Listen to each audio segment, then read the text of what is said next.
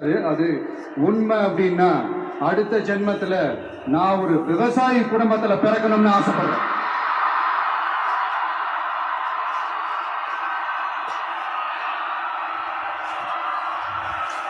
எனக்கு விவசாயத்தை பத்தி டீட்டெயில்டா தெரியாதுதான், நான் ஒத்துக்கிறேன். அதனால மற்றவங்க மாதிரி நானும் டெல்டாக்காரன் தான் அப்படின்னு உங்க காதுல டால்டா ஊத்தலாம் நான் வரல. எனக்கு விவசாயத்தை பத்தி டீட்டெயிலா தெரியலனா கூட அவங்க படுற கஷ்டங்களை பத்தி எனக்கு நல்லாவே தெரியும். நம்மளுடைய முதல் அரசியல் பயணம் தொடங்கினதே அந்த பரந்தூர் விஷயத்தை கையில் எடுத்துதான். அதனால நம்மளுடைய இந்த ஆட்சி அமைஞ்சதும் தீர்க்க வேண்டிய முக்கியமான பிரச்சனைகள்ல நம்மளுடைய விவசாய பிரச்சனைகளும் ஒண்ணு.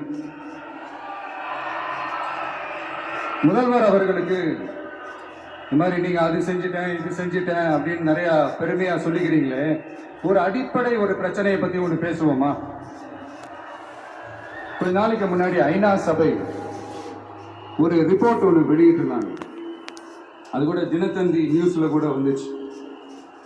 உடனே கூகுள் பண்ணி எதுவும் தேடாதீங்க, உங்க ஏஜென்சி வச்சு எதுவும் சர்வே எடுக்காதீங்க. எதுக்கு உங்களுக்கு சிரமம்? நானே என்னன்னு சொல்றேன். தண்ணீர் திவால் அப்படின்ற அந்த தலைப்புல தண்ணியே இல்லாம திவால் ஆக போகுது அப்படின்ற அந்த கட்டுரை படிக்கும் போது உண்மையிலேயே மனசுக்கு ரொம்ப பகீர்னு இருந்தது. இந்தியாவிலேயே அது முக்கியமா நம்ம தமிழ்நாட்டில் இன்னும் கொஞ்ச காலத்திலேயே தண்ணியே இல்லாம திவாலாக போகுதான். அதுக்கு காரணம் நிலத்தடி நீரை பாதுகாக்காம விட்டதுதான் காரணமா. மண்ணையும் மணலையும் கொள்ளையடிச்சா பின்ன வேற என்ன நடக்கும்? மலைகளை முழுகினா பின்ன வேற என்ன நடக்கும்? கனிம வளங்களை கொள்ளையடிச்சா பின்ன வேற என்ன நடக்கும்? இந்த மணல் கொள்ளையில ஈடுபட்டவங்கள மேல நீங்க சரியா நடவடிக்கை எடுக்கலன்னு அது போதுமானதாக இல்லை அப்படின்ட்டு சென்னை உயர் நீதிமன்றம் சொல்லிச்சே, மறந்துட்டீங்களா? இந்த மணல் கொள்ளை, கனிம வள கொள்ளை, இதுக்கெல்லாம் காரணம் மணல் மாஃபியா குரூப் தான் மதுரை உயர் நீதிமன்றம் அந்த கிளை சொல்லிச்சு. அதை மறந்துட்டீங்களா?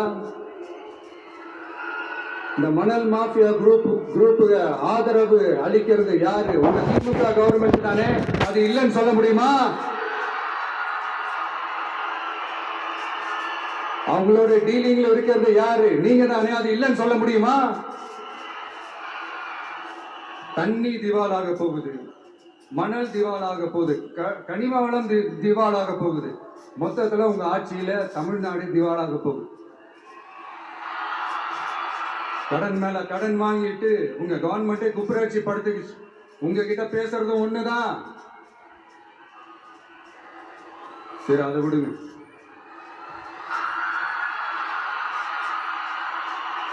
நம்ம விவசாயிகள் கஷ்டப்பட்டு விளைய வச்ச அந்த நெல் எல்லாம் மழையில நனைஞ்சி வீணா போச்சு. டெல்டாக்காரன்னு சொல்லிக்கிற நீங்க அதை ஏதாவது கவனிச்சிங்களா? அவங்களுடைய போராட்டம் எதுக்காவது கூட போய் நின்று இருக்கிறீங்களா? கூண்டாஸ்ல மட்டும் போடுவீங்க. இதானே உங்களுடைய அந்த சாதனை. பரந்தூர் பிரச்சனை உங்களுடைய உண்மையான நிலைப்பாடு என்ன? மேல்மா விஷயத்துல உங்களோட உண்மையான நிலைப்பாடு என்ன? தமிழகத்துல இருக்கிற எல்லா ஆறுகளையும் இணைப்போம், இந்தியாவிலேயே நாங்க தான் அதை பத்தி ஃபர்ஸ்ட் யோசிச்சோம் அப்படின்னு பெருமையா சொல்லிக்கிற இந்த திமுக கவர்மெண்ட் அவங்களுடைய நாக் என்னன்னு சொல்லவா?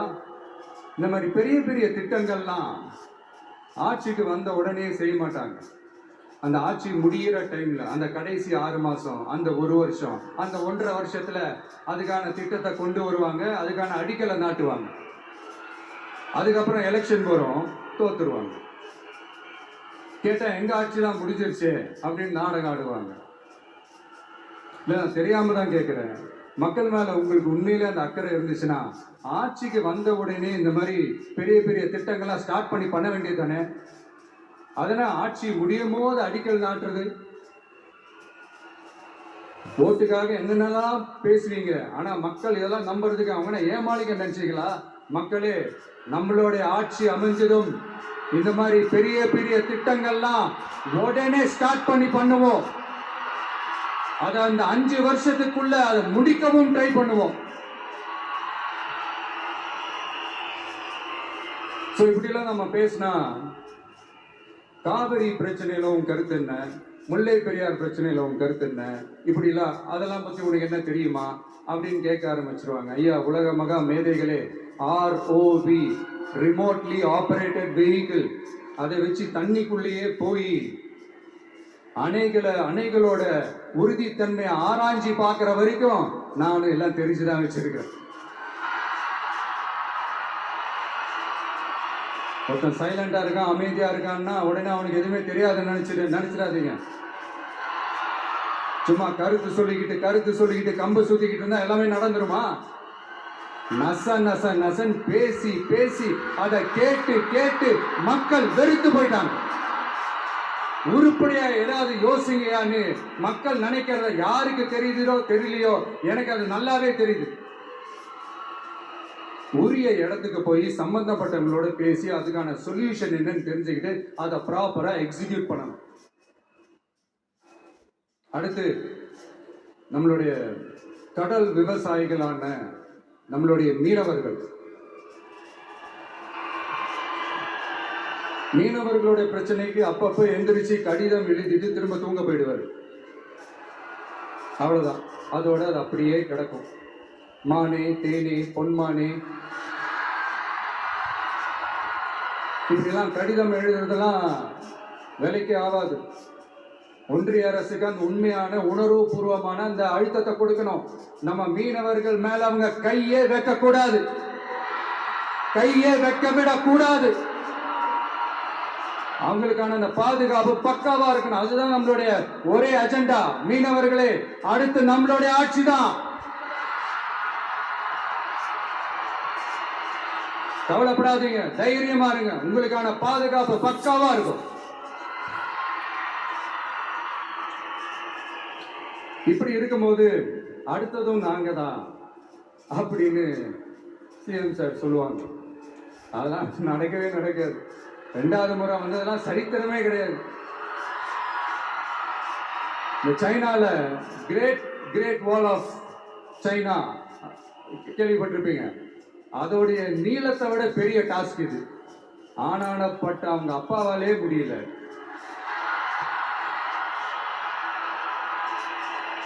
நான் முன்னாடியே சொன்ன மாதிரி உரிய இடத்துக்கு போய் சம்பந்தப்பட்டவங்களோட பேசி அதுக்கான சொல்யூஷன் என்னன்னு தெரிஞ்சுக்கிட்டு அதை எக்ஸிக்யூட் பண்றது தான் ஒரு தெளிவான அரசியல். சும்மா ஆறுதல் சொல்றதெல்லாம் தெளிவான அரசியல்லாம் கிடையாது. அதெல்லாம் ஒரு ஹம்பக் அரசியல். அரசியலுக்கு வந்துட்டா கலெக்ஷன் பார்க்கலாம் அப்படின்றதெல்லாம் அரசியல் கிடையாது.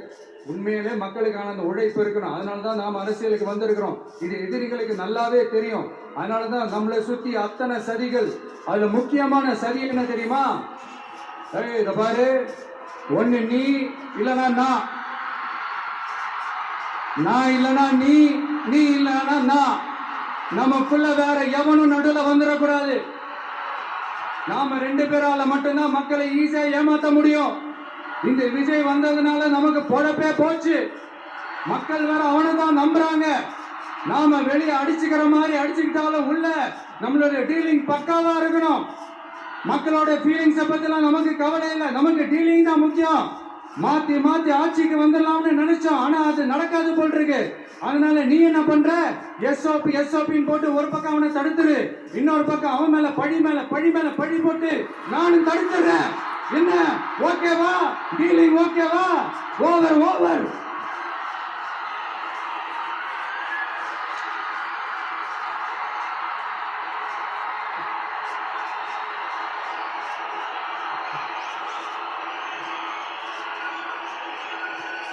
இல்லைங்க, உண்மையிலே சிரிக்கிறதா என்ன பண்றதுன்னு எனக்கு தெரியும். உண்மையிலே இப்படிதான் இருக்கு அவங்க டீலிங்லாம்.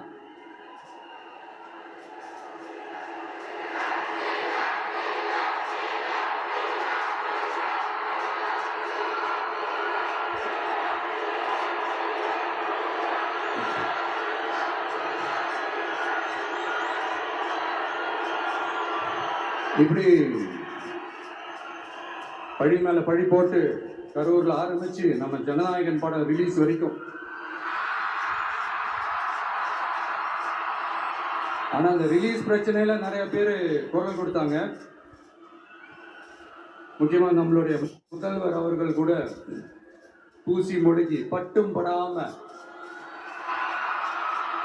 குரல் கொடுத்தாங்க. But what ever it is, குரல் கொடுத்த அவங்களுக்கும் மற்றவங்க எல்லாருக்கும் இந்த நேரத்தில் என்னுடைய நன்றியை தெரிவிச்சுக்கிறேன்.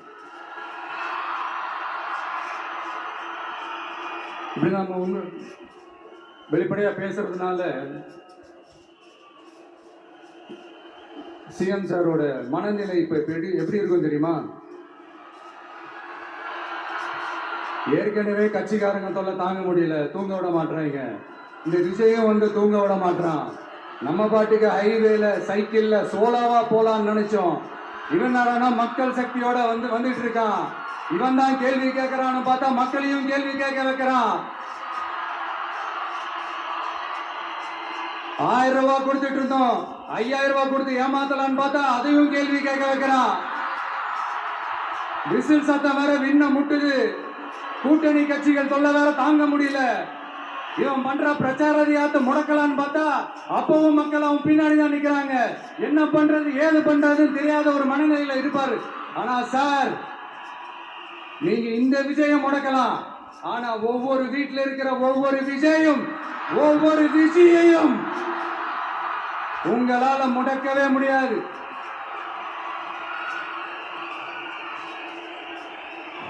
அவங்களாம் ஆல்ரெடி பிரச்சாரத்தை ஸ்டார்ட் பண்ணிட்டாங்க சார். வீட்லயே குடும்பமா இறங்குவாங்க பாருங்க பிரச்சாரத்துக்கு. அப்ப உங்களால மட்டும் இல்ல,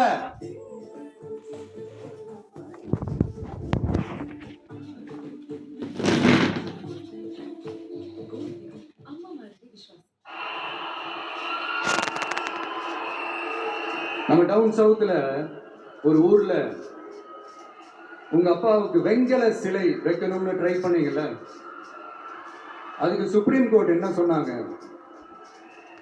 மக்களோட பணத்துல யாருக்கு புகழ் பாட பாக்குறீங்க அப்படின்னு கேட்டாங்கல்ல. அதுக்கு என்ன அர்த்தம் தெரியுமா? ஊராம் வீட்டு நெய்யில உங்க வீட்டுக்கு ஸ்வீட் செய்யாதீங்க. எப்படி? ஊராம் வீட்டு நெய்யில உங்க வீட்டுக்கு ஸ்வீட் செய்யாதீங்கன்னு அர்த்தம்.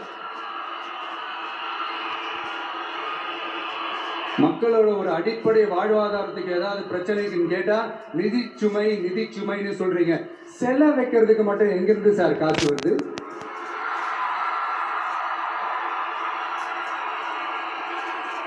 முதல்ல மக்களுக்கு அந்த சோறுக்கு வழியை பாருங்க சார். செலவு வைக்கிறத பத்தி அப்புறமா யோசிக்கலாம். கேஸ் சிலிண்டருக்கு மானியமா 100 ரூபாய் தரேன்னு சொன்னீங்களே, என்னாச்சு? கரும்புக்கு ஆதார விலையா 4000 ரூபாய் தரேன்னு சொன்னீங்களே, என்னாச்சு? ரொம்ப நாள் கல்யாணமே ஆகாம இருக்கிற பெண்களுக்கு அவங்களுடைய கல்வி தகுதிக்கு ஏற்ப அரசு வேலை கொடுப்போம்னு சொன்னீங்களே, என்னாச்சு? இதெல்லாம் வெறும் சாம்பிள் தான். இதோட ஹைலைட் ஒண்ணு இருக்கு. மாநில அரசால முடியவே முடியாதுன்னு தெரிஞ்சுக்கிட்டோம், நாங்க வந்தா நீட்டை ஒழிப்போம். ஆகா ஆகா ஆகா ஆகா, எவ்வளவு பெரிய ஒரு மோசடி இது! கேட்டா நாங்க தான் முன்மாதிரி ஆட்சின்னு சொல்லுவாங்க. மோசடி ஆட்சி. மோசமானவங்களே முக்கியமானவங்க கேள்விப்பட்டிருக்கிறீங்களா? அந்த மாதிரி மோசடி ஆட்சியிலேயே முக்கியமான ஆட்சி இந்த திமுக ஆட்சி. மக்களை நேசிக்கிற விஜய் வேணுமா? மக்கள் விரோத ஆட்சி நடத்துற ஸ்டாலின் சார் வேணுமா?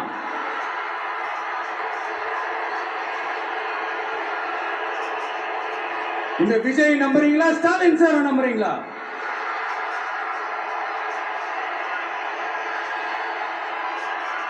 இந்த சத்தத்துக்கு அர்த்தம் தெரியுமா சார்? ஸ்டாலின் தொடரட்டும் அப்படின்னு அர்த்தம் கிடையாது.